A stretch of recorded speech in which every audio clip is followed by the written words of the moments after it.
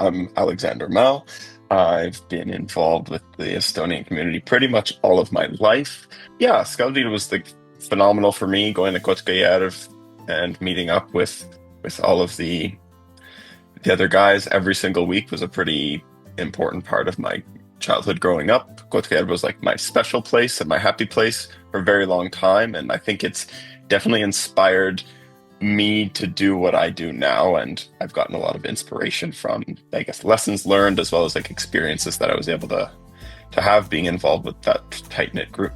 I did an undergrad in wildlife biology and conservation at the University of Guelph, and I'm still at the University of Guelph doing now a master's program and another biology degree, and I study how we can improve monitoring of river systems. So I look at the benthic invertebrates, so the bugs in the bottoms of rivers, and I'm trying to connect that to imagery data. So that whether that's from satellites or from drones or from just airplanes.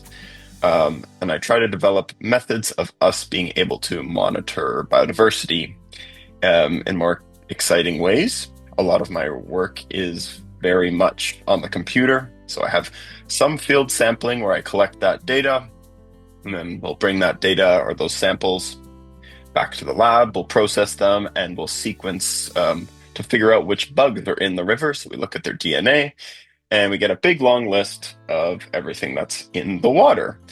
And then from there, I go and I do lots of coding and lots of programming, and I try to conduct lots of statistical analyses and to connect that data to, again, the imagery that I've collected or just downloaded from the internet, to try to find out better ways of monitoring our ecosystems. I don't know why, but I really love the little things that run the world, which are just bugs.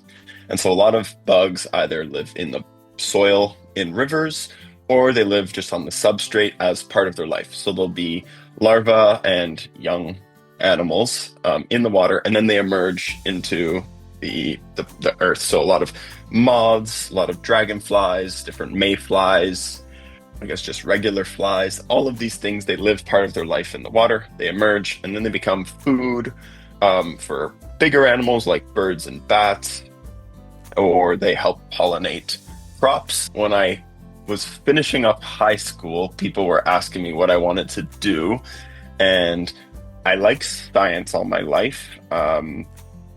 I guess around me were many people excited about science, and a lot of people try to steer folks like myself into like a medical field or something less biology and ecology based. However, being someone who is constantly involved with scouting, where we're learning about being nature's best friend, caring for nature, and I was able to see the massive, amazing property that we have access to, Kotkajärve. And I would always make these observations, and just like every year or a few times throughout the year, I would be in that property and I would see things change over time. And I would also just make new observations that, I don't know, this plant has moved up the hill over the past couple of years.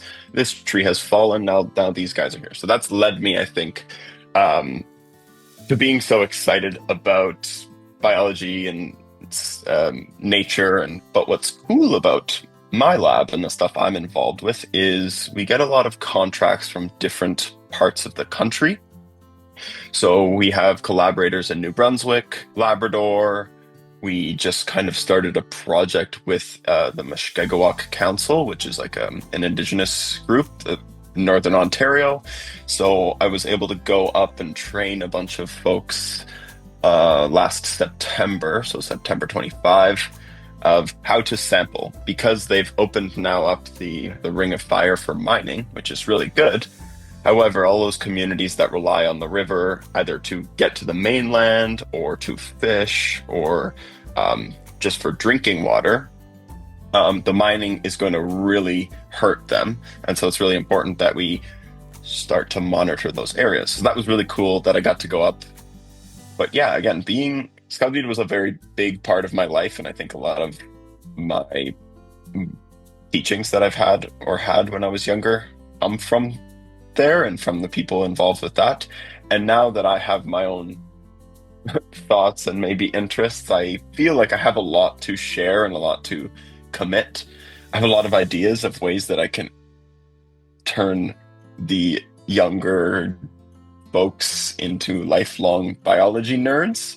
And yeah, I just have ideas.